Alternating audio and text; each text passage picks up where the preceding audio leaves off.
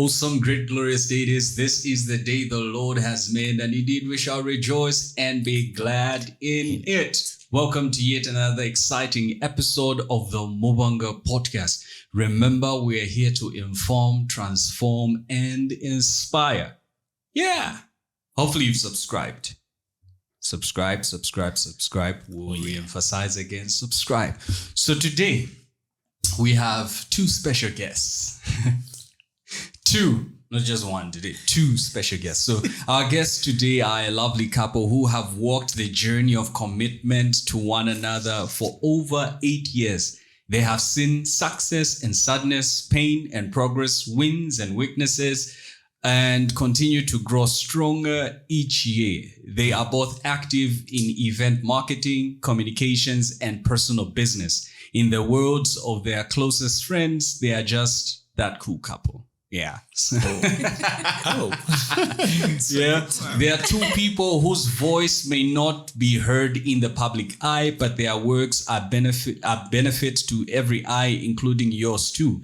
If you have heard of impressions, merchandise, and their works with events like the Travis Green, the Wow Music Fest, not the Travis Green, the Wow Music Fest, album covers for different artists, pretty much all the leading artists. Yeah.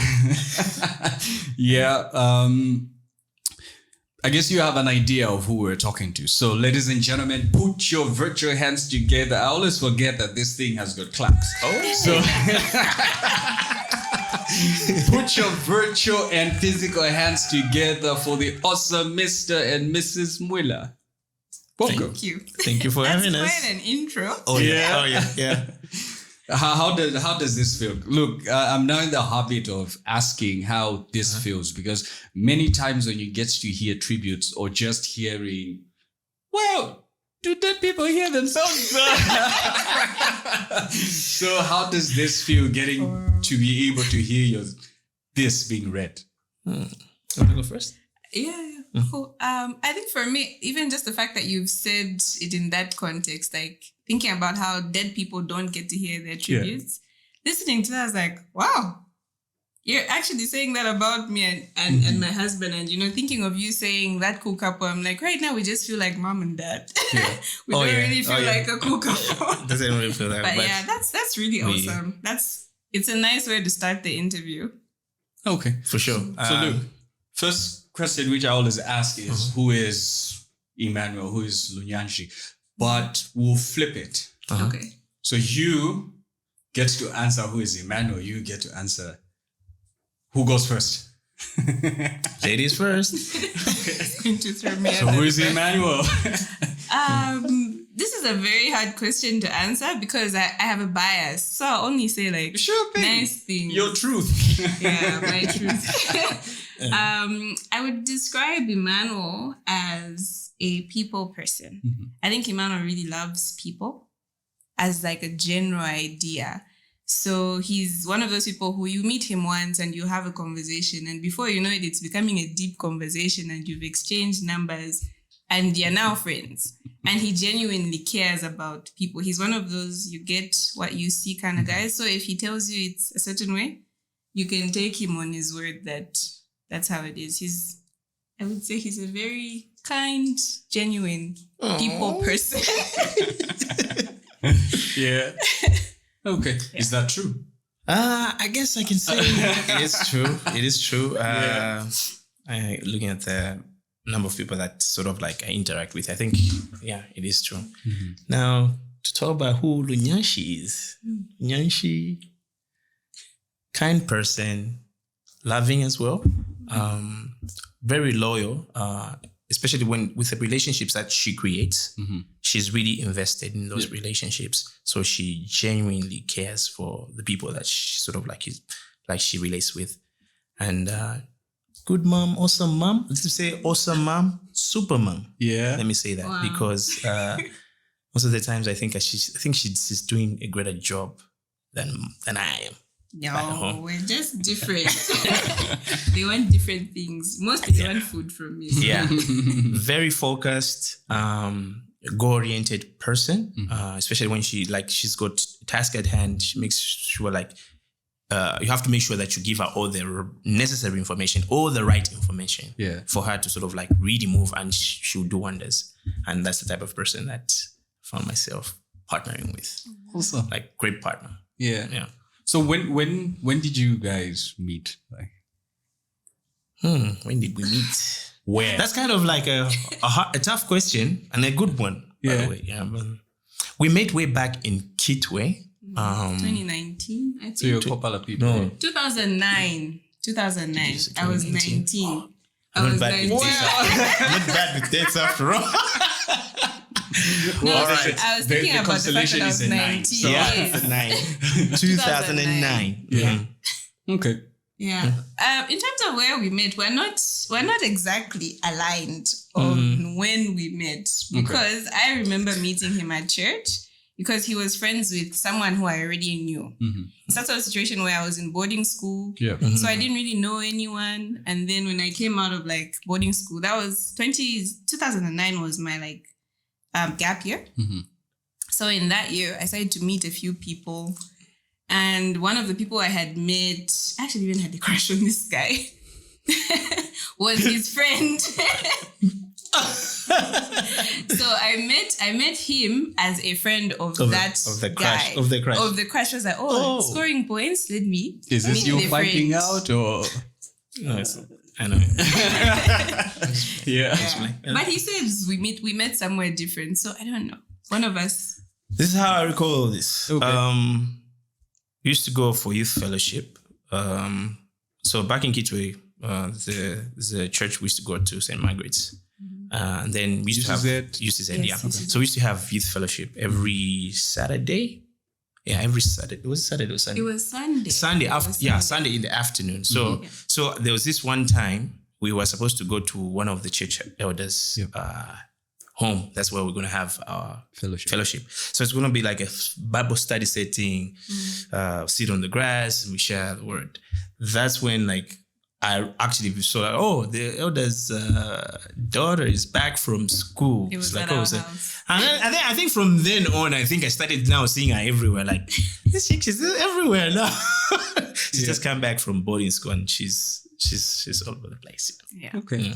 So was it like the beginning of talking, or you went separate ways and then? I think it was more separate. We went separate ways. I think we only started at the beginning. We did go separate ways. Then there was that sports day. Remember how he always makes fun of this thing? Oh yeah. Okay, but in my defense, I had just come out of high school, and I'm one of those people, very conservative. I follow the rules. So if they say this is supposed to be like this, I will follow the rule. So he always makes fun of me for this one thing, because there was a sports day. So the youth fellowship, we had a sports day, and it was the first time I was going to a non-school sports day. Yeah. So I went in my sports attire. I went in my white t-shirt and white sports shorts. Just regular. And white socks. Baggy, and white socks and sneakers. Yeah. So he always talks about it. He's like, what were you doing? I'm just like, who's this kid in white? Dressed up in all white. Yeah. For sports. So at that sports day, we sort of hang out. It was just very amusing because he didn't play any sports. Okay. To this day, he doesn't really play. Okay, he doesn't. He's not a sports person. Yeah, sadly, I'm not. But you do watch football? No. Tennis? I'm one of those, how can I say, occasional patriotic wrestling, fans. No. Boxing. No. Okay, I'll do basketball. Okay, I can do basketball. But he won't seek it out. I won't seek it out, yeah. Okay. Like, you watch the highlights online. Yeah. But I remember after that sports day, we sort of started talking, because that's when you got my number. But we were talking just as friends. And we did this really fun thing. Back then, Airtel had like these minutes that started at a certain time. But it wasn't minutes for like calling. Weren't you like Copper Belt? Because I know Copper Belt is predominantly MTN. It's so MTN. It's actually MTN. We had Mwila zone, 100%. Was it yes, 22? It was zone, actually. Yes, it was zone, yeah. Yes. Was it still Telecel by then? No. They were MTN then, It was MTN's. Was it Celtel Zane? Yes. Yeah. So I remember you would have like a lot of SMSs.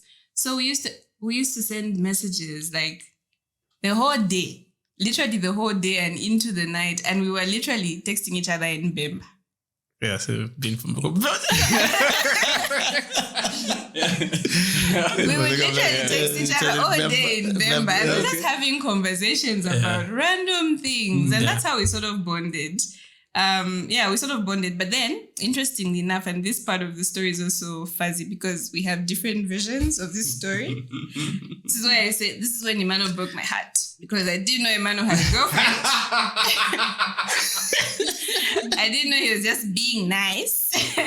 He was being polite. She said, there's somebody who always texts me, but he's the one who started the whole...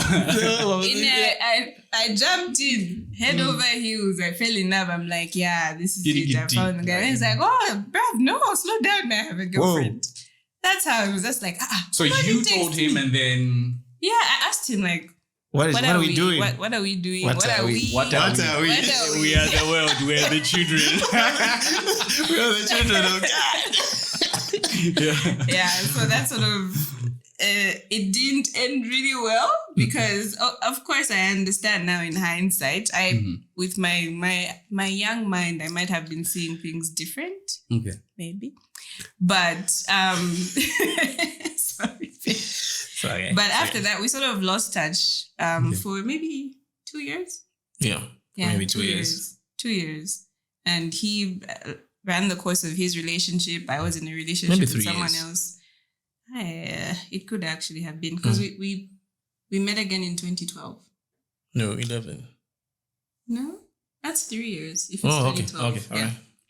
I think like the beginning of 2012. Yeah. Yeah, and that's when we got talking again when we were both single. Yes. We were single. We were single. So when the talking resumed, that's when now you... Okay. Yeah. But, okay. See, every time it was a Spider-Man arrangement. You're single. You're single. Yeah. I think, and it was really cool around that time. I think didn't have a car. So would like take walks. So that was still on the corporate board? No. By then we had moved to Lusaka. Oh, so yeah, maybe there's that part of the story. Because obviously by 2010, I moved back to Lusaka. So like, okay, feeling like Abraham out here. Abraham, I'm sending you to a place. Gonna start up something that side. Yes. Yeah. Came to Lusaka.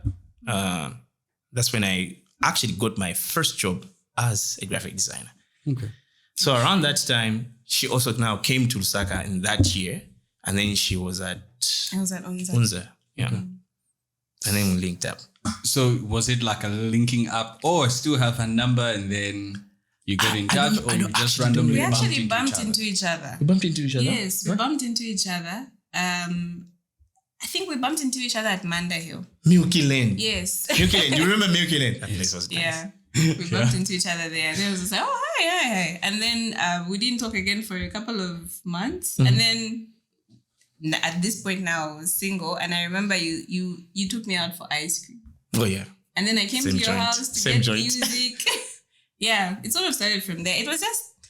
like a gradual build, like now friendship now is sort of like now build piece by piece. Those are firm foundation of texting in Bemba. Yes. Good times.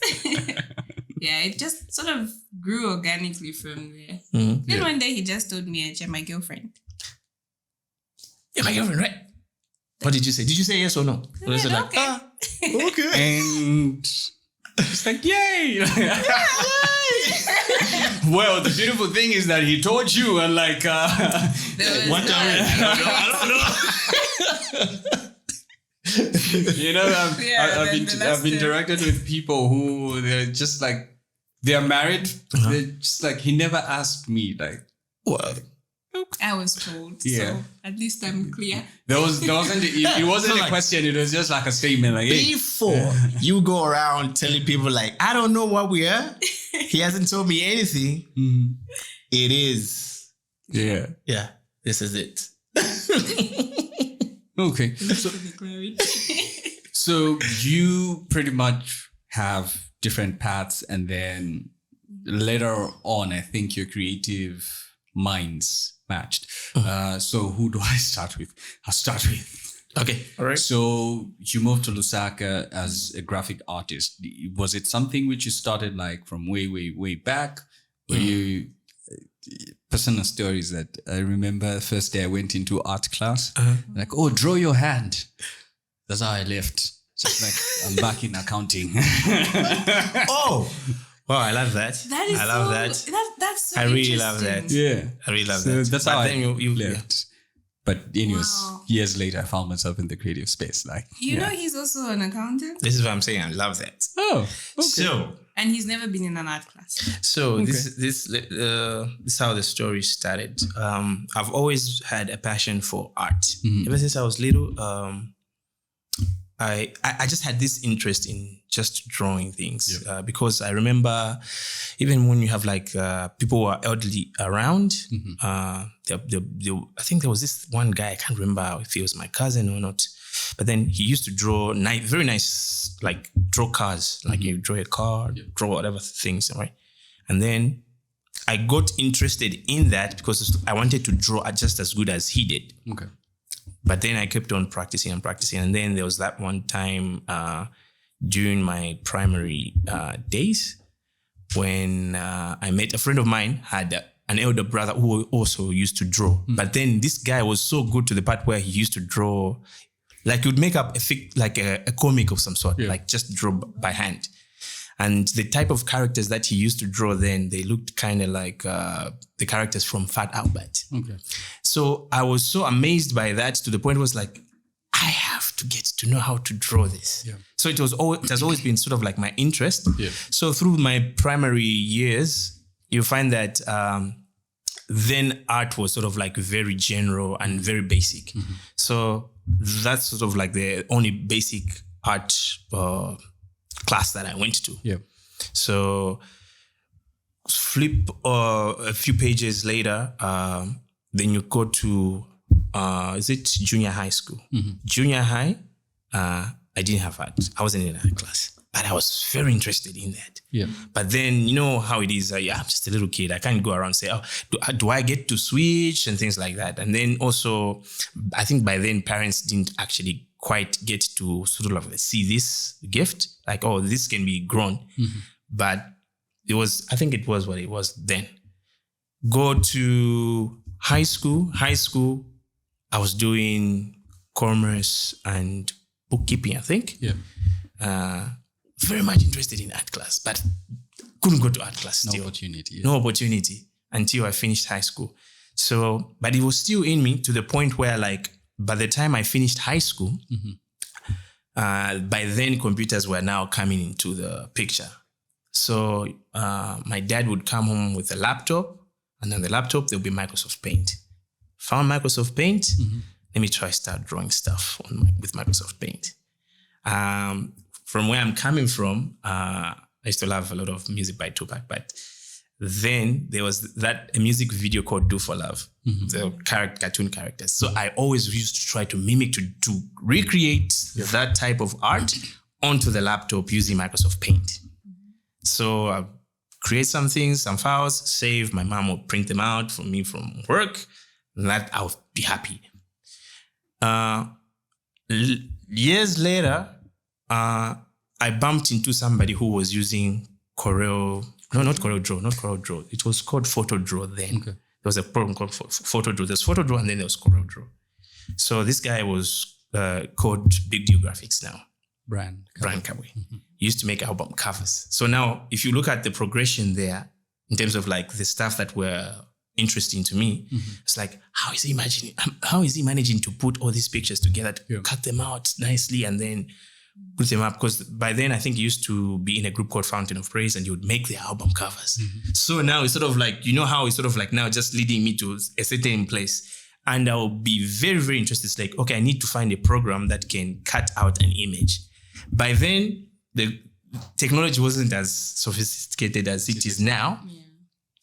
So there was actually no program then, but then you would sort of like, I don't know, somehow I managed how to manipulate an image using, there's another program called, it's not PowerPoint, but there's another Publisher. It was called Publisher. I would mask an image and mimic it, that image as a cutout, and then I'll save it as a PNG and then go throw it somewhere else and be like, oh yeah, this is sort of like years later, by 2007, I met this guy called Maynard. Maynard is Uncle Bay. Uncle Bay. Yeah. Yes. By then, he used to work in town center. He used to work with Jeff Prince. So I met this guy and he had Photoshop. I saw Photoshop for another guy called Kafula. He's late now because I saw when he was doing work. He was also creating album covers. But then, from memory, I could see that an image that has got those checkered boxes, gray and white, means it's transparent. And then I saw Maynard with a program that can do that because you can erase the background. I went to Maynard. We met the first time. The first time I met him, I got introduced to him via a friend of mine called Sabe. They were mates at college in Kaumbe. The first day I met him, I was like, I gotta know this guy. Exchange numbers, and we're friends. Bro, are you able to give me a copy of that program that you're using in Photoshop? And he gave me my first copy of Photoshop. You cracked one. Cracked one. By then, obviously, A very cracked one. The lights. Oh, it's just the light. Had gone off. Okay. But yeah, that's just switch that back on. That one is still recording. Is he recording? Okay. Yeah, and this is still recording. So I can still continue talking or wait for the machine. maintain the power cut. Anyways, continue. All right. So Maynard gives me the first copy of Photoshop. Yep. And I take it home. But then I didn't have a computer. I was staying with a friend of mine. He was working for Stan. Should we mention brands? I don't know. Stanchart then. So installed the first copy of Photoshop onto the computer. Open it. There's a whole bunch of tools on the side. Yeah. A whole bunch of menus on top. And tools. And I was like, I sat there for almost like an hour just staring at it. It's like, what can I do here? How do I? And then I closed it. And I think at that point, YouTube wasn't There was no YouTube. accessible. No YouTube.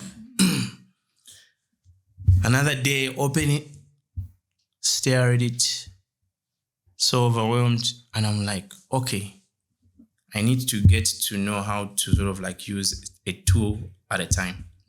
I just need to find the eraser first because I just want that transparent background.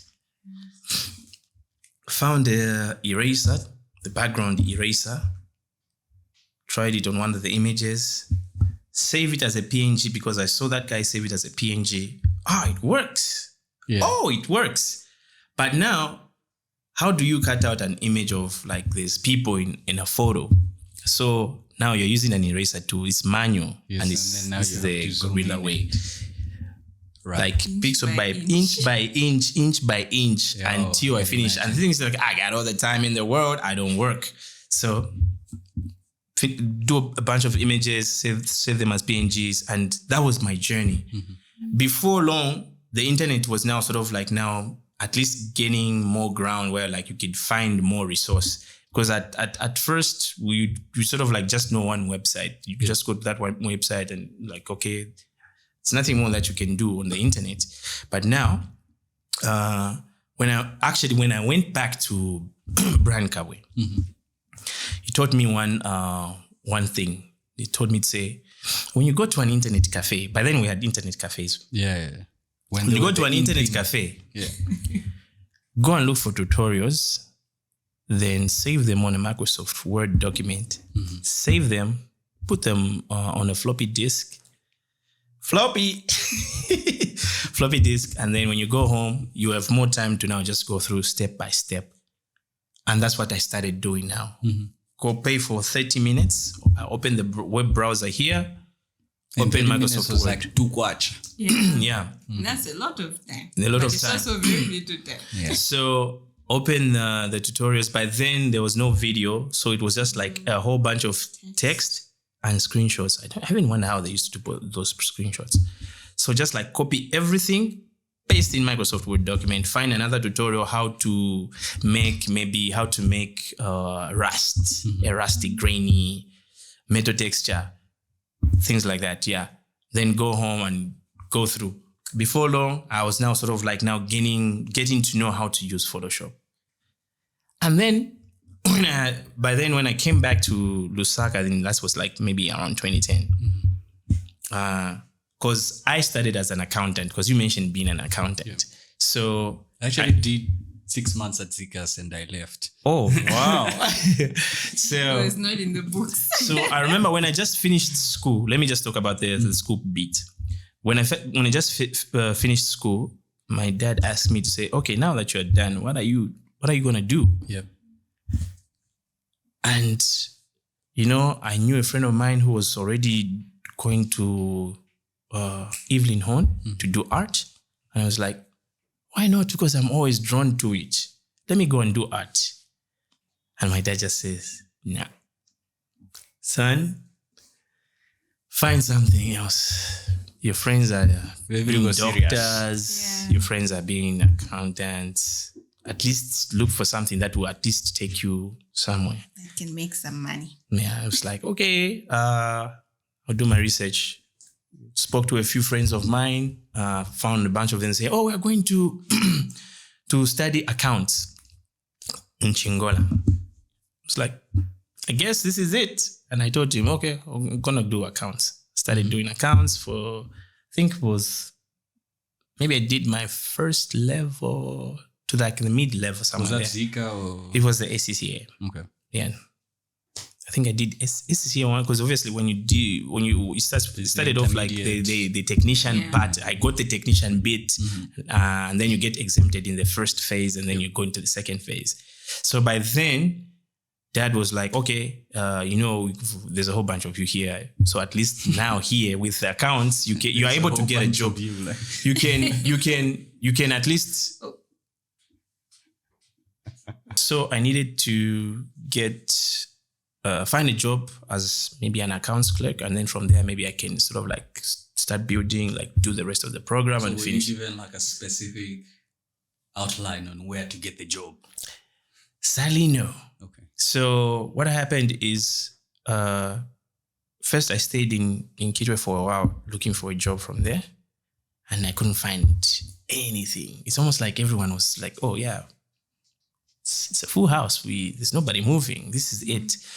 So after staying maybe for like a year or so, I decided to just step it up, move to Lusaka. Told my parents, okay, I'm moving to Lusaka. Moved to Lusaka in 2010. And then here I looked at it as a land of opportunity. Yeah. At least I'll probably find something. So I went to drop off applications in a few places. I used to stay actually near North Mead. So as I was going back home from dropping applications as an accountant, I looked at this place. It's a production house, and they've got this big poster that they've placed on the glass window. The guy doing this, and then they've listed all the products that they do.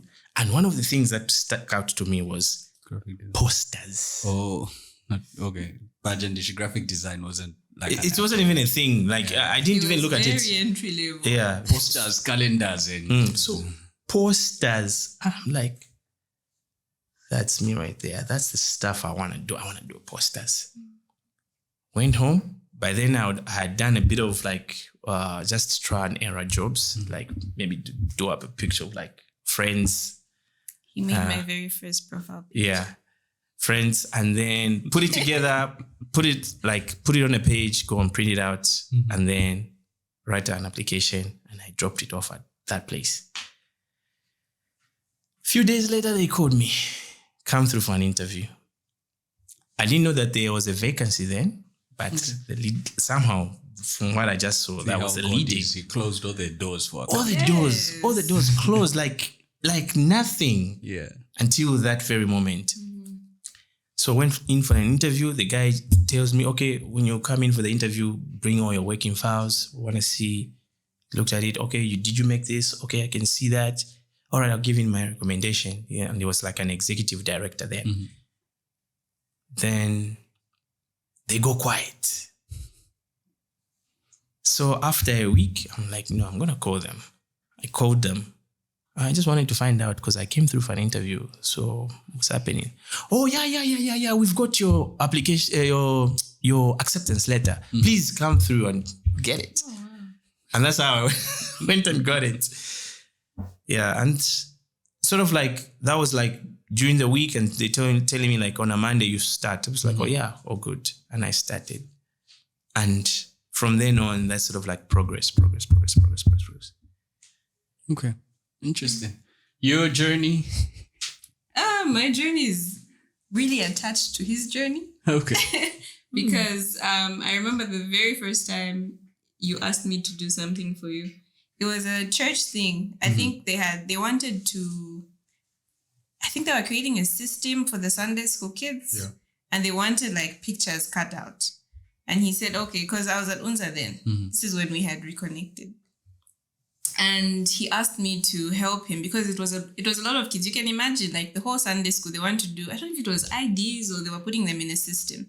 But he had to cut out like images of all the kids and put them onto something. I'm not really sure what it was.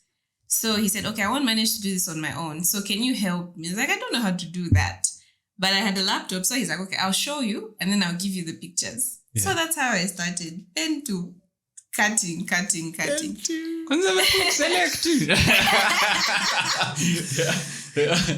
Very basic. Like he just explained to me what to do. And I just started doing it. If you give me the instructions and you're clear, I can do it. I will learn how to do it. So he just started giving me like small things to do. Showed me how to use like like how to add text and things like that. And I started to grow from there. So my journey towards what I ended up doing or what we've ended up doing now is a little different because for me, in a sense like him, you're told you have to do a job that's like a professional job. So what did you study at UNZA? So I actually went to UNZA to study law. Okay. Because I was told you're going to be a lawyer. Oh yeah. And because I'm a can-do kind of personality, I'm in the DIS profile, I'm a D. It's a dominant personality. I like to just be busy doing things. When I finished school, I was like, UNZA is opening next year after 18 months from the time I finished school because they had a six-month delay. Yeah. I said, I can't wait that long. It's too long. I want to go to school. So UNILAS had just started the year before. So my parents said, okay, fine, apply. And if they accept you, you can go. Yeah. So I went to UNILAS for 6 months to study law. I was fully a law student, living the dream. Yeah. And in that time, I was like, oh yeah, I can do this. It wasn't really like a passion. I won't lie. Like even being pushed into a career, most of us are just told, okay, you need to go and study and you need to make money. Yeah. There's not really anything about purpose attached to it. It's just to live, you must make money. Yeah. So did that 6 months and then UNZA opened and my parents said, friend, you must go to UNZA. We want an UNZA degree. Anyways, I understand because at that time UNILAS was a car. Yes, it had just started. It really just, I think we were literally the second intake. Okay. So they withdrew me from UNILAS and I went to UNZA because I had already been accepted. I just didn't want to wait. Okay. So I went to UNZA and because I had done 6 months of law, I'm like, easy peasy, humanities what? So I was chilling. The whole first year. Yeah. In the end is when I was like, oh, this is serious. This is actually serious. There are points and there's what. And I think people don't really walk you through what to expect in uni. Yeah. And having been to boarding school, everything is like, we have a timetable. Everything is very military. I went to Fatima and there it's just like, it's serious business. You know where you should be, when you should be there. So going to UNZA was just like, oh, there are no schedules. You just sort of find your way. Find your way through it. And I think when you go to uni in Zambia, you need to know what you're doing and you need to know people who know what to do. So first year, I didn't make the points I needed to get into law school. So I ended up not going to law school. Yeah. So I have a psychology degree with a minor in sociology. Okay. And in hindsight, it's like, it's more of in line with who I am. Okay. Because I think now, I've gotten older, I really truly believe my whole purpose in life is to love people. And loving people is easier when you sort of understand them. Mm-hmm. There's the psychology side of things. I've gotten, in a sense, the biblical side of things as well. Yeah. But I feel like that psychological basis was important for me. Mm. So anyway, through those years of going to Unza and studying, I was learning a bunch of stuff from him. Okay. And, we would look at ads, we would criticize logos. So I sort of knew the things to look out for. I knew what creates a good brand. Even ads, because I was in drama school when I was in high school. I like things like that. I like commercials. I like things that are creative. So there was an aspect of that. I just have never sat in a classroom to learn it. So got a job. First I worked in a bank, and then I moved to a different place. I think it was an insurance What was company. the role in the bank? Oh, I worked in HR. Yeah. The It was psychology, actually a pretty good job. I truly believe that degrees are not this is what you are going to do in life. I think it's just a way to help you to learn to think. That's my personal opinion. Don't quote me. It's just my opinion. It's a strong opinion. I think university is about learning to think. Definitely. I think you're exposed to thinking, so it's entirely up to you. That's why we have accountants being top graphic designers in the land. So and having awesome podcasts. Yes, and having awesome podcasts. Yeah. So I worked in a bank first. I worked in HR there. Then I worked at an insurance company. Initially I had worked at Alchemy, where I met our mentor for today. Now we fight over her. She's my Taffy or her Taffy. She's a life coach. Shout out to Tafazo Bete Sasa. She's pretty awesome. Awesome. Yeah. So when I was working at the insurance company, just by chance, we had started going to Miracle Life Family Church. Both of us, before we got married, individually found ourselves there, even though we were initially UCZ. And then we sort of settled for that even before we got married. So that became our church. Okay. So there are people I knew from there because I used to work in the children's ministry. Yeah, children. Oh, I used to serve in the children's ministry. Oh, yes. Work, serve. Yeah, serve. Yeah. So I remember one day I was sitting at work, and then the guy who was our worship coordinator then walks in, and I'm like, oh, this is Caesar. Let me go say hi. So I went over to say hi. I was like, oh no, I'm looking at policies for Shani for our family. But Louise, his wife, is downstairs. She's in the car. Go say hi. So I went to say hi to her. And one thing about Miracle Life people, you go to talk for 2 minutes and it's 30 minutes. We always have things to say. Yeah. And I remember going down there just to say hi. And we start this conversation, and it ends up in me talking to her about the fact that I don't feel like I'm living out my purpose. I didn't know what that was clearly, but I wanted to do something that had purpose. And something that it wasn't just about making money. Because then it's just, there's that emptiness that you feel, especially creatives, you guys feel that more than most because there's more. You're not fueled by getting a paycheck, but it's more like I want to create something. Something that will outlive you. True. Yeah. So we have this conversation, and she's like, interestingly enough, we're looking for a comms director at church. You should apply. Actually, she said you should come and meet our pastor, because she was the one overseeing that whole department. So I was like, okay, cool. I went to see her. I think on the Sunday I said hi. Then we made an appointment for a Tuesday. I got time off at work, went to see her on that Tuesday, and we had this conversation. And our pastor, Pastor Haley, has a way of just making people start talking. And I started just talking. Before you know it, I robbed a bank. Exactly. Really stuff like that. It's just I really just from the beginning of what I can remember of my life to where I was, I just poured out my everything. Yeah. We barely even talked about the job. Yeah. At the end, then she's like, oh, I was told you wanted to apply for the role. And I was like, yeah. So they had me come in and do an assessment, and then they gave me a task to do. Okay, can you rewrite this? And I'm really good with communication because I like to talk. Generally, I like to talk. I've always been big with books. So read a lot, learned a lot through that. And I love books because you can go to so many different places in a short space of time. Mm-hmm. So with the background I had with the stuff that I've learned from him, they asked me to redesign something, just like with a pencil. And I was able to move things around, Shani, just give an idea of like, okay, this is what this would look like. Yeah. So I ended up getting the job as communications manager, but on a trial basis. Okay. They're like, we'll try you for 4 months and see if you can do the job. And then we'll see where you go from there. So getting the job, I'm good with like leading people. Mm-hmm. So that was a big part of the job because I had 2 designers back then. And interestingly enough, I knew some things. I knew what to look for. I knew what should look a certain way, even though I didn't necessarily know how to make that. Yeah. But I could tell someone this isn't. Well, you had experience, so I had you understood the language. Yes, I Yeah. knew. Oh no, try and do this. Yeah. Use this here. Use this. What program are you using? Oh no, try it in this program. You know, like I could fake it until I finally like really learned the stuff. Yeah. And he really helped with a lot of things because he would come in, show us how to do certain things. He would help the guys. I learned a lot from the guys as well.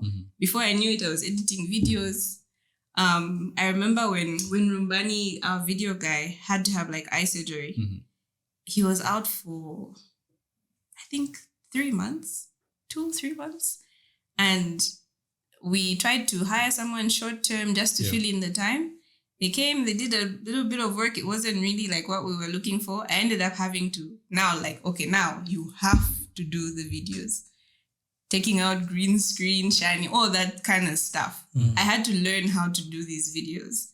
So a lot of stuff I've learned as I've worked, but one thing I can say is I've known what it shouldn't look like more than I've known, like I'm creating an idea from scratch, but I can refine an idea. Yeah, that's been more my journey. So around this. Anyways, side note, how did it feel getting a job at church and you're getting paid? Because remember, we are coming from a background Traditional churches. You're not supposed to get paid at church. Only the church secretary and who? The guys who do maintenance. Yes. I think it was interesting because when I told my parents I was leaving this one job and going to work at church, it was an interesting conversation. I'm going back to church. I was just like, no, listen, you need to understand our church is not like church. Yeah. It has Because it's an organization. this Right now, there's structure. I think almost 70 staff. Back then we were 48, 52.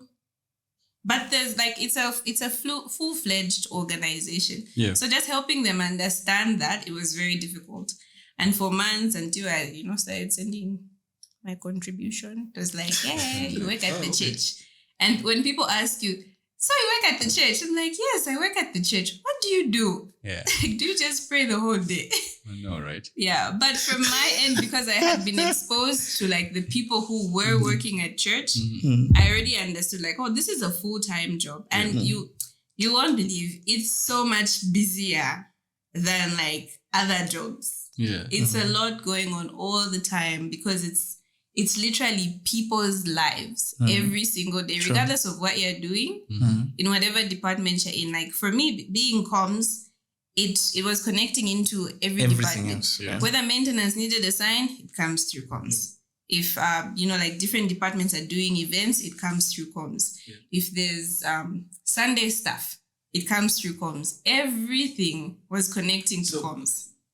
I know there were maybe instances or times where there's bad publicity of the church. So you had to run 21 hours. Hey, do we have to release a speech or? Do we have to release a statement? And a lot of times I'm very thankful for so we have 2 senior pastors. They're husband and wife, Pastors Walker and Haley Shirts. So they do different things. They have different roles in the roles and different, but they were always there to guide. I remember one specific thing when COVID happened. It's sort of the way they're doing it with cholera now. Yes. Before the schools opened, Ministry of Health, I think, would go and inspect and then say, okay, you guys, Certified. you specific guys, not everyone, but you specific guys, you can go ahead. We've given you a go ahead. They go to another place, they give them a go ahead. So I think we did like our stuff early. We got everything in place early when they had said, no, churches are not supposed to meet, da da da da. And I remember we were given a go ahead by ECZ. They said, you guys can go ahead. I think it did go through like the Ministry of Health. ECZ, Evangelical Fellowship of Zambia. Okay. I think back EFZ. then it was EFZ. Yes, EFZ. I said ECZ. You said ECZ, something EFZ. Examination Council of Zambia, Yes, I was Electoral like, Commission of hooray. Zambia. Like. And Evangelical churches. back then, the late Reverend Pukta Mwanza Yes. was part of our church. So he helped like sort of like speed up that process. I don't even think it was EFZ that said, but somewhere there we were given like go But then ahead. even the Ministry of Health, if they certify Yes. the Yes. location, you are good Yeah, to go. because we put everything in place. So I remember I was told, oh, we're going to have service on Sunday. So Make an do announcement. communication. And I did communication because I even used to manage the social media. So I did the communication and then there was backlash. Do you know, back then in 2016, this girl just did a post and we have like 1,000 and Shingoko comments of people just So saying, 2016 was what? Cholera. No. Oh, sorry, not 2016, 2019. 2019. It was end of 2019 So- into Yes, into 2020. 2020. Yeah, that's when the COVID. Into 20. It was actually 2020. So COVID happened 2020. I think it first hit Zambia. Should be February. Yeah. Yes, But we had started having rumors like in in January January, and yes, there were yes, cases. yes. Yeah. So Like 20. two Thank you for people, correcting. Like I'm one of those people who can tell you at last week, Nishi's 3 years ago. Yeah. It happens a lot. Mhm. But like there were so many comments and all of them were just like, you people, you think that you can just decide what you want to do. And there was so much backlash. And I didn't get why did you post that? Like I wasn't thrown under the bus by my supervisors. But I remember Pastor Walker calling me into his office and very calmly saying, so Lulu, next time when we do things like this, I know there'll be backlash. Yes, you didn't necessarily do anything wrong, but there is a better way to communicate it.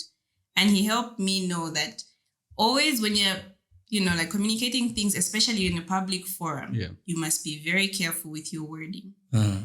Because people will read, Yes. but they will read how they want to read. Especially because you're not talking and they can't ask you questions. It's You like have to be very when you careful. send a love you text instead of I, I love, love you. you. Nala kwa chani.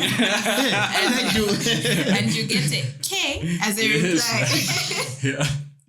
Yeah, so I've learned like as I was growing, I always had like an environment where it was okay to make mistakes. Yeah.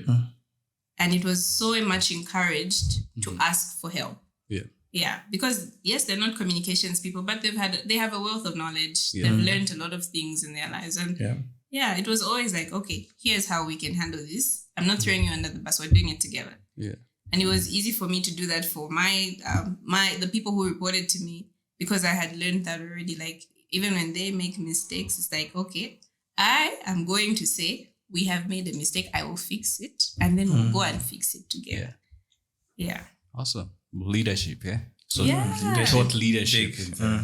Awesome. So from just being on probation and then you getting it. And how long did you serve? I served there for 4 years. I left actually right through COVID. I remember the end of my service was we worked from home for a little bit and then we decided to go back to the office.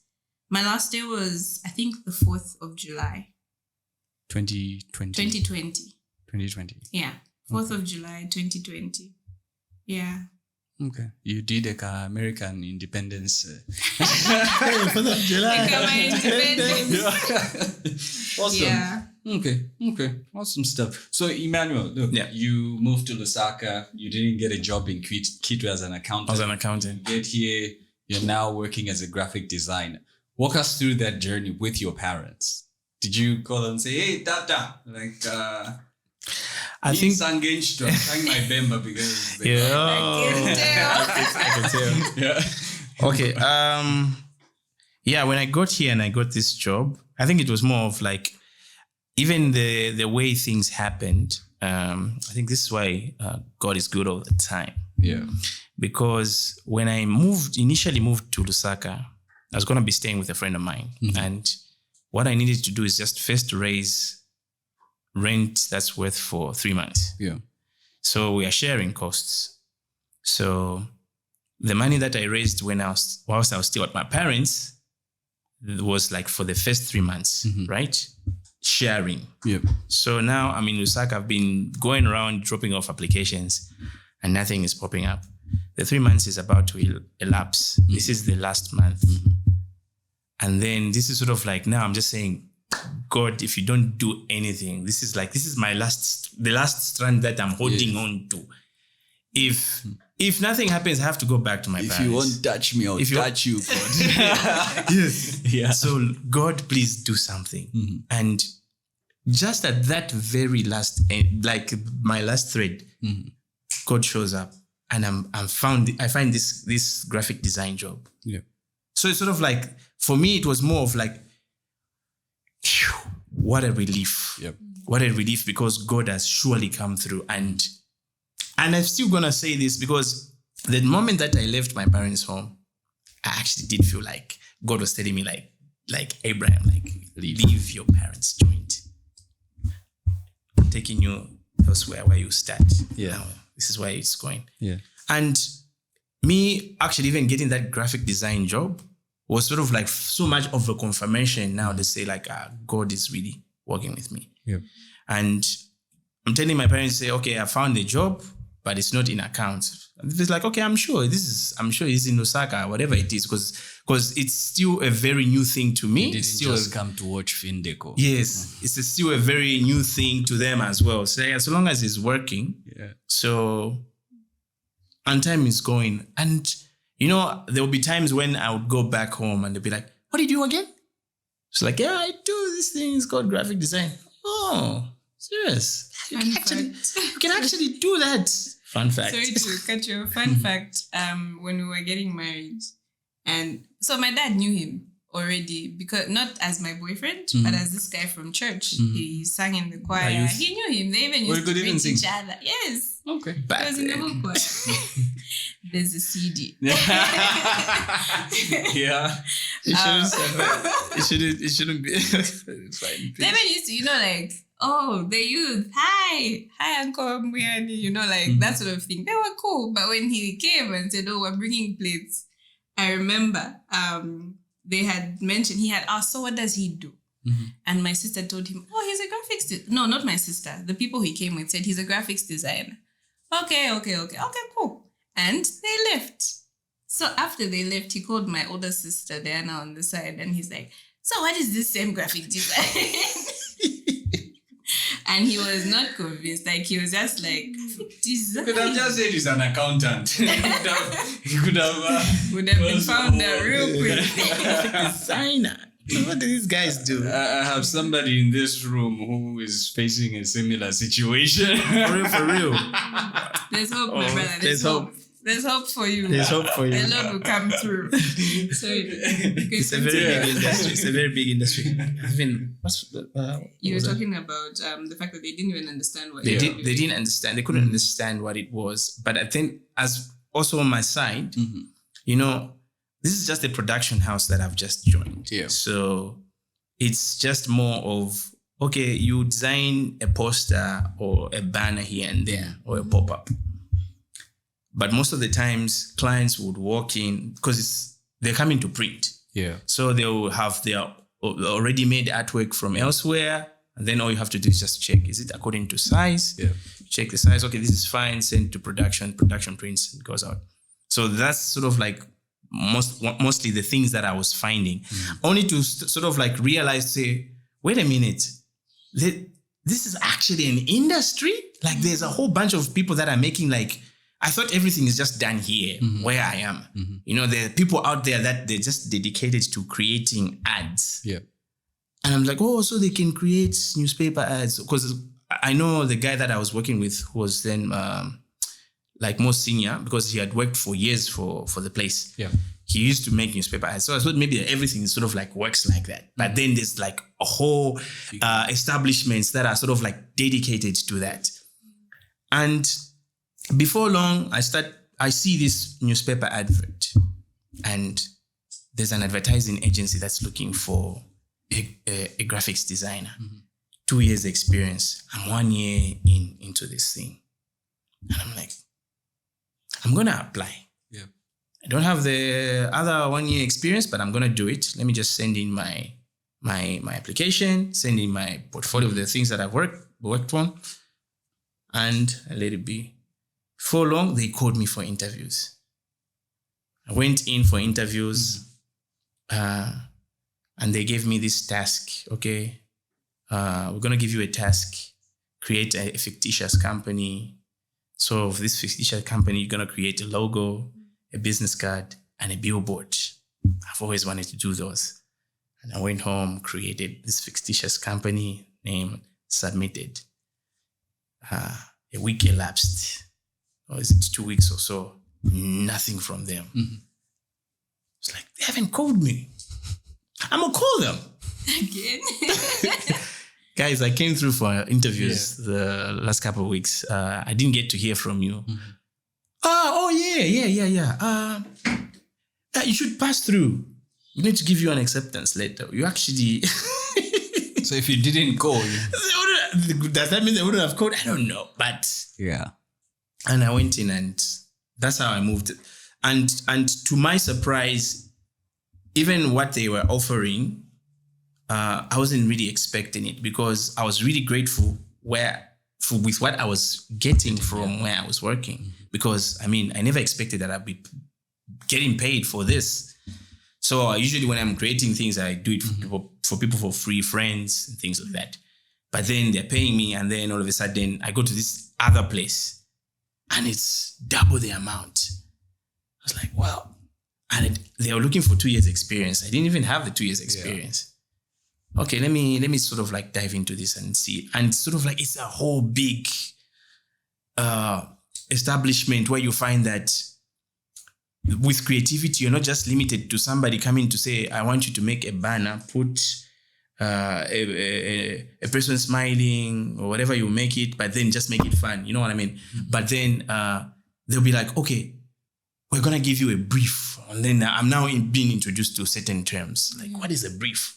Yeah, when you're given a brief, so the brief will tell you, this is the problem, this is what we're trying to solve, but then this is the output. What was the name of the media company? So the second media company is AdLab. Okay. So I used to work for Shuiji, Laser Digital, and then now I moved to AdLab. Okay. Yeah. So finding that AdLab is a whole different establishment.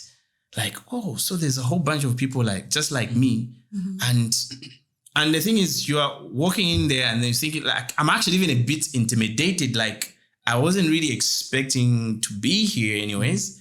So like, I don't know, maybe I'll get fired. I don't know. Maybe they'll just look at me and be like, we feel like you're failing to deliver or things. But like, not even really in terms of delivery, but it's more like, is my creativity even going to match up? That type of thing. But with time, I spent there like maybe 2 years or so, and it was all good. But I learned a whole different facet of creativity and what sort of like work happens in a creative agency. Then I just get like, from there you get to know like there are all these other companies like the Ogilvy's, the Black Dots and the like. Yeah. Okay. Yeah. Awesome. So look, at what point did you then decide to say, let me just go independent? Independent. I think by then I had worked for maybe 3 agencies, because I worked for AdLab for 2 years, 2 years or 3 years. I think 3 years. 3 years. Then when I left AdLab, I joined Ground Zero. Okay. But it was sort of like a short space. Okay. Yeah, short space. So joined Ground Zero, and then switched to Metropolitan Republic. So when I started working for Metropolitan Republic, that's where I also sort of like got to learn a lot more in terms of like what happens in a creative agency setting. So Metropolitan Republic was a South African-based agency, but then they had sort of like a branch here because they were servicing MTN. Yeah. Okay. So from Metropolitan, I moved to Dagon Media. I think I spent 2 years with Metropolitan. With Metro. Didn't you go back to Ground Zero first? No. This was after? So from Metro, I switched to, oh yes, actually. Yeah. So from Metro, I went back to Ground Zero, right? But then the thing is, the way it was, Ground Zero was in a joint venture project with Dagon. Okay. Working, I think that was now the introduction of Vodafone. The introduction of Vodafone. So it's sort of like, I was sort of like caught up in the middle, actually. It's like, it's Ground Zero. Because these guys are partners anyways. So I'm in the middle. And then now there's that sort of like, this guy is going this way and these guys are going this way. Yeah. But then I fell on the side of Dagon. The paycheck was better. Yeah, it was a paycheck. And the exposure. Yeah. And then I think 2 years later it died. Then 2 years later it died. Okay. Yeah, it died. So when I was at Dagon, I think it's sort of like in the second year, because going solo was sort of like I had sort of like considered it whilst when I left AdLab. The moment I left AdLab, it was like, okay, I'm going to go solo with a friend of mine. Okay, we're going to register a company. We're going to get all these clients and then we're going to do what we do because, we know what we're doing. But lo and behold, we know what we're doing because there's a whole thing that goes into running a business. Yeah. Running a profitable business. Yes. Because the thing is, I think this is sort of like something that I may also sort of like put out there for all my creatives out there. We need to first get to understand how to run a business, a profitable business, because a business is a living entity. Yeah, it's not separate you. It's separate from you. So the same way you design an identity, a brand identity, you exactly treat it as this is a persona. You build a persona. You come up with all these things. So that's how you as well treat a business as well. Yeah. So I think most of the times is when we're trying to set up these businesses, we are sort of like we don't really look at the long term. Like there's so many things that we need to learn before we actually start thinking of like, okay, I want to do this. Yeah. And especially as creatives, we are very isolated people. Yeah. So most of the times we get to think just because I'm able to create cool stuff, even when I try to set up something, because of the cool stuff, everything else will fall in place. But no, there needs to be somebody that's going to drive the whole entire ship. And the thing is, all they are doing is just make sure that do we have targets? How are we moving? How are we going to move from here to there? Yeah. We are able to see ourselves there. And we think like, okay, somehow we'll get there. But we need to actually plot out and say, this is how we're going to move. We're going to make 2 steps here, 2 steps on the side, 2 steps forward until we reach our destination. So it's that type of vibe. So when I left AdLab, that's what my mentality was like, oh, we'll get these clients. And we didn't. So now, like, with what capacity will you even like get the clients? I think you're very talented. You're very talented. Yeah. You know how it's like you even do up a list, say, okay, we'll get these clients, but you don't have key people that you can reach out to get those same clients. You know, you were in the back end. You never used to back end. Yes, you never used to interface with the clients and all. Yeah. There's no form of networking that happens because we're always by the desk. Yeah, you know, from the rising of the sun until it sets, creating stuff, and then all of a sudden we're thinking like, I'm gonna network. Actually, even when your work is on billboards, you have pretty much no claim, like at all. Yeah. So at that point, when we didn't get the clients, it really brought me to a place where I was like, I think I'm back at square one, and I don't know what to In do. that time you were married? No. Still? not yet. Okay. Not yet. I think, but we're dating then, right? Yeah, We're dating, yeah. I remember when you were leaving AdLab, when you were trying to make that She actually, decision. this partner, man. She When prayed you were with, trying she to prayed with make me that there. decision, it's just like it was very clear that it was time for you to leave. Yeah. And it's like, I don't know how I'm going to. So I'm listening to you say it now. I'm just like, oh. Yeah. You know, like I was in a place where like, okay, now what am I going to do? Yeah. Rent will be due soon. Because by then I'm staying by myself. Rent will be due soon. Where am I going to get the money for rent? I don't have any clients. You know, just like, no, don't worry. Things will be okay. Let's pray together. We prayed. Before long, Kenny Rock calls me. Yeah. That's when I joined Ground Zero the first time.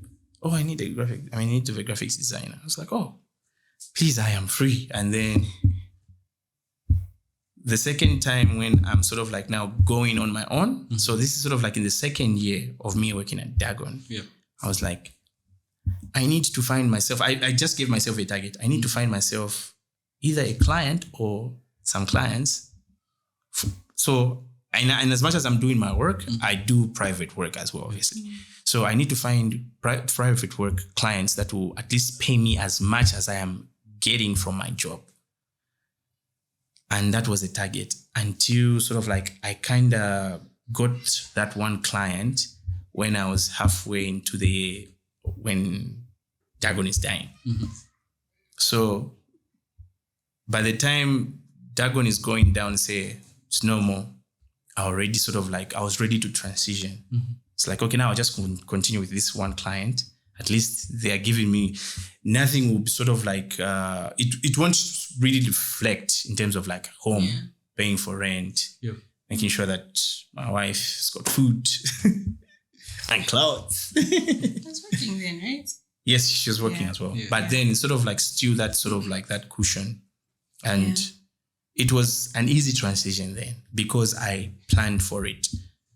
Okay. And by then, I think he had more. It's the whole relationships thing we were talking about. Yeah. Both people, like from the different places he's worked. Because even I think for Ground Zero, he still ended up doing a lot of different jobs with or for them. Yes, still do till now. Of course, Ground Zero is. Yeah, I still do still work K-Rock. with Kenny Rock. Yes. Yeah. It's the relationship, and that's so important. We were talking about how, like, you didn't even have relationship with the clients. Yeah. That's something that he switched up. He actually now started creating relationships with people who connected him to clients. So it's the whole people mentioning you in rooms where you're not even. Yeah. I know a guy. So look, what's the name of your company? Is it Impressions?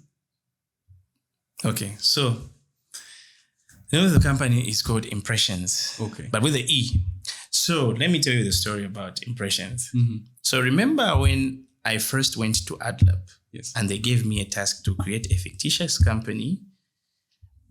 That company name, company logo, business card, and a billboard. Yeah. That homework was for me like the creation of Impressions. Because by then I already had the name. But at first it used to be, I used to call it EMR Impressions because I'm EMR. And Impressions sort of like I've got. So EMR is Emmanuel Mwila. Yes. And then the R is what? It's a secret. It's a secret. But I want you to just translate it into anything. It can be records. Okay. It But can it's be a name. Rodriguez. Okay. It can also be Junior. Okay. Yeah. So I used to call it EMR Impressions because I always felt like I have got something to give to the world through my art.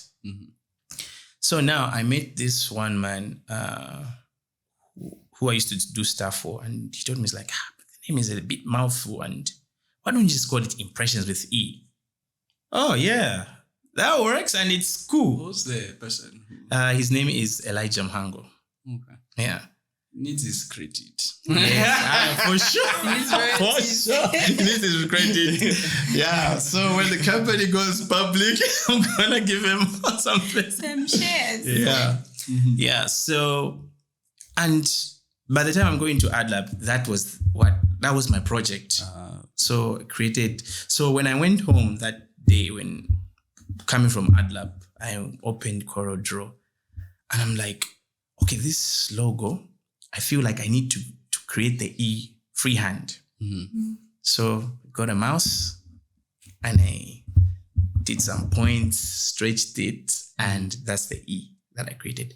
But at first it didn't have that circle. Yeah, but that very E. And then I think I put it in some form of lockup and then put impressions. And I submitted that as my logo, put it on a business card, put it on a billboard. Yeah. Then there was a print ad that they requested for as well, with an image looking all nice. And the time that I was calling them after when I found out that they're not calling back, I was like, yeah, my name is Emmanuel, and I came through for interviews. Like, oh yeah, impressions, yeah, please come through. So they actually now put in. So that was sort of like still at the back end, in as much as I was working for different agencies. So now, I think by 2015, I felt like I really need to now register it as a business. Not as a business name, I need to register it as a company because I want Limited. Just to be like, yeah. So she was your... Yes. She was. So she's the signing. I didn't even company know. secretary. I didn't even know what I was signing. Before. Yeah. It was the first year we were married. First year. Just signing. I didn't even know. He just said that, sign here. So what's the share percentage? She owns 50% of the company. So it's 50-50. 50-50. Okay. Company secretary. I'll send it to you on WhatsApp. Yeah. Okay. Yeah. So yeah, I think to answer your question, that's how sort of like where it came from and the name. So going forward, I know obviously there's so much that I've wanted to do with it, and now we're working together, like full time. So when you left Miracle Life, you went full time into... No. She didn't actually. I took a hiatus. Yeah. We had she was how old then? One? She was... We had a 1-year-old. 2020, she was one, yeah. Yeah, she was born in 2019. We had a 1-year-old, and I really I'm, like I said, I have a dominant personality. Yeah. So when I worked at Miracle Life, I was just throwing myself in. Yeah. Just doing the most. I remember the week, 2 weeks before she was born, I was there until 21 because we were doing the Easter musical, and I remember even sleeping on the chairs. They are really cushy. But I have a tendency to overwork myself. Yeah. Even now, I'm still working through that. But I was crashing because I'm trying to handle being a mom, being a wife, working, doing more at work. Yeah. And things were not... Something was suffering. Every time you're juggling too much, you're going to drop something. And on the family side, I think I was dropping a lot. Yeah. Yeah, so I really just needed to take time away, sort of like work through all that, to be a parent, to even just like to work through our relationship. I know, and this looks nice. Looks perfect. But we had things we needed to work through. We were drifting very far apart. And we knew if something didn't change, we wouldn't make it. Okay. So on top of it, like above everything else, our relationship is important to us. Yeah. So we had to make a decision around that. It wasn't easy. Yeah, we had to learn a lot. I my job and I liked it, but something had to give. So in that case, making the decision, I guess Impressions at that time was now like profitable, where like, because you're cutting down one source of income. No, well, there's the hiring aspect, but as well, the family dynamics is that if both parties are bringing in something, it's less stressful. To say, if we don't make money, we're still good. There's still something set in stone to say something is coming in. So, yeah. But even back then, I remember I was getting a gratuity and we knew, okay, we're going to put this into a business. I even bought stuff. I still have some of that stuff. I am not a salesperson at all. I'm not good at that. But I bought a bunch of stuff that I was going to sell. Just different things. I went into cakes because I really love cakes. Yeah. But I've never been able, or rather I struggled to find good cake in Lusaka. I was like, I'll teach myself how to bake cakes. Yeah. So even that became a business. Okay. It actually Which you became still a do? really good business. Do you Yeah, still me do it? treats. Yes, it became a really good business to the point where even when we've had like rocky seasons with impressions, there was money coming in from Yummy Treats. So eventually, like over the years, I started doing things for him more and more. And then in the middle, they actually went to Bible school, 2 years of Bible school. Okay. But ultimately, I came in when we got like bigger clients and he needed more help. So I started coming in while still doing like school, still doing my own business. I would come in, help with this, help with his team, just to take things off his plate. But last year is when we really just said, hey, we need to do this together. I've been trying to be full-time for a long time. But finally, we reached a place where we're like, okay, you know what? I think we can actually do this together. And now we're at a place where we sort of understand our different roles and we're working better together. So you're the Director COO. of operations. Okay. Chief Operations Officer. Operations. And you're the CEO. No, he's the founder. Oh yeah, founder and then creative. That's what name Founder and creative director. Then me founder. I always have an issue. I think most people are like, oh, the CEO of The Umubanga. CEO I'm of- like, yes, no, I'm yes. not even that. Actually, prefer being called lead photographer. I think that for me, like, keeps me, because that's what I love doing. I don't think I have the, I know the business has reached this far, but I still not- think it's, He actually used to be chief problem solver at some point. Instead of just saying creative director. Awesome. Look, we're running out of time. Okay. Oh, wow. We've done like over an hour. Like, Wow, it doesn't even feel like it. Wow. yeah, I think we need a part 2 of this Yeah. because there's many things which we haven't touched on. We didn't touch on your marriage dynamics, you raising a family. Yeah, we didn't touch on all that. So we need a part 2. For sure. However, for somebody watching this, for a young couple who are in a space of self-doubt, in a space of not knowing where they have to go, because look, there's your foundation really here is the aspect of faith. Yeah. Because you are able to say, Very much. let's just pray. Let's just pray over this. So what words would you give to a couple, to an individual listening to this who's in the verge of breaking that relationship or about to stop that business? And That's a hard one. Okay, let me go first. I think the way God really orders our footsteps. From inception, first you have this unction that you feel has placed upon you to start this business. The Lord who the Lord calls, he equips, right? Yeah. So we need to sort of like be very actively looking for him in all areas, because most of the times, because we've got this vision or this dream, and we're looking at it at the end, and it's very exciting.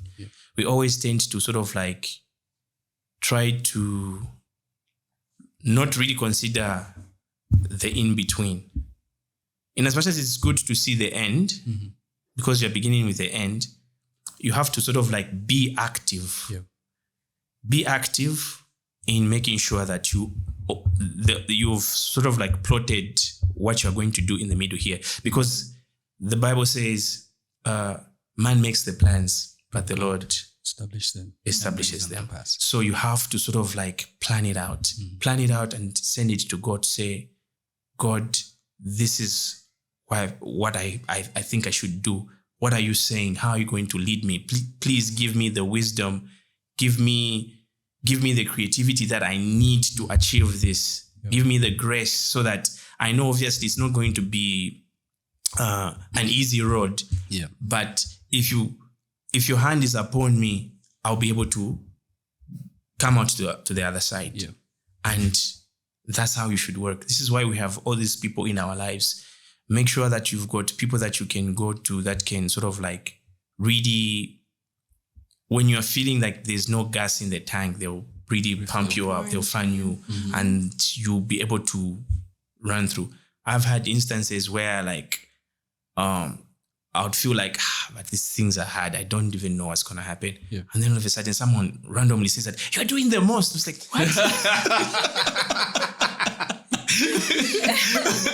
What? But then I always get that as like, God, is that you? Reminding me. Yeah. Now I need to rely on you. Help me. This is why like I have a partner like this one where we're working together. Like when I'm feeling like, I can't, she's like, no, let's pray. Things will be okay. Pray, and then things are happening. Yeah. You know, I'm able to testify to say like I've had instances where like we stand together and things are working. Yeah.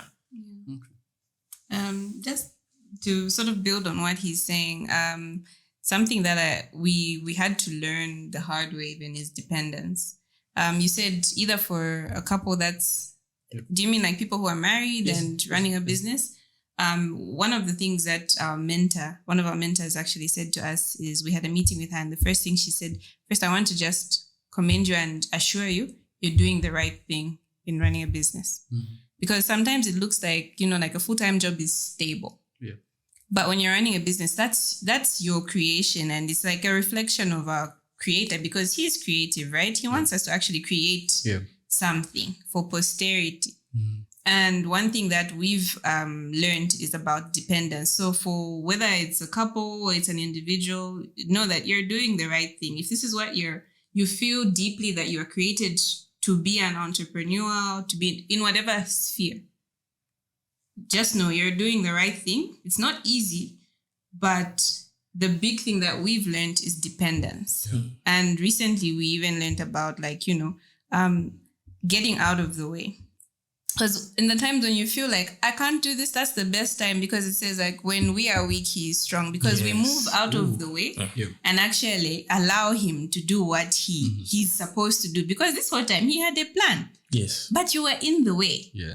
So when you let go and actually say, God, I'm just going to follow what you tell me. I'm going to follow your leading. I'm moving out of the way, because I learned this in Bible school. The definition of grace that I was given by one of our instructors is that grace is defined as God's ability working in you to do what you can't do in and of yourself. So it's not you that's supposed to be in the lead. It's not about you. It was never about you. Yeah. It's actually about God's ability working through you.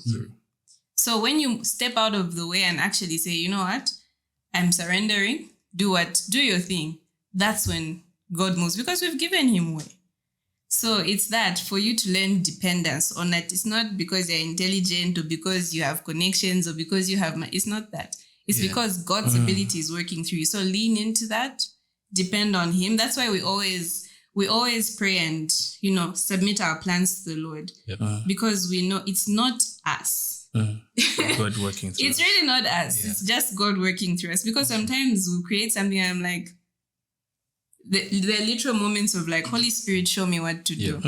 Even in like, well, how do I design this? How do I script this? Even for me, even with cakes, I'm like, I don't know what to do. Take over. And it's like, it just comes to, so learn dependence as early as you can. Learn the fact that you're not the source. Yeah. He is. And step out of the way. And it's especially stressing on that point, it was like he's the source of everything that we have in our lives. For like, most of the times we tend to sort of like, it's a good season, everything is green, we are getting deals and we're making money. Yeah. All that can be taken away in an instance. But it only takes God for you to sort of like really sustain that. Yeah. So there needs to be that dependence on him. We've had seasons where like it's completely dry, it's crazy. And, all the time we're thinking like, but God, your word says that you even start using the Bible, we're the head and not the tail, but then all of a sudden, all these things that we're experiencing, but and like most specifically, you bless the works of our hands. Yes. Because in these dry seasons, it's not even like we were not working. No. Yeah. We were pushing. We were pushing like every single day but then working. In that case, it always reminds me of God giving Pharaoh the dream, and Joseph coming to interpret. Exactly. To say there'll be the 7 good years Yes. and the 7 bad So years. did you plan? Did you during plan? the good years? And just that analogy, this is one thing that we have actually also we spoken on, where we're saying, like, even if you look at that time when Joseph steps in and is made prime minister, and then they've got these 7 years of plenty, they gather. It's not like they gathered and then they started having parties and there was the planning that was involved, like taking place to say, these 7 years, because they could have stopped at 5 and eaten everything and dish out, and then 7 years, boom, hits them. And oh my goodness, this is what God said. But then they planned towards that until those 7 years. And that 7 years sort of like exactly, sort of like everything fits in place. Yeah. And sorry, I know we're almost out of time. But what you said, you brought up a very good point. With, like with the giving of the advice is have a vision. It's so important to have a vision. No matter what you're doing, whether it's school, shani, whatever kind of a business, have a vision. We've spoken about how, like we've struggled in certain seasons.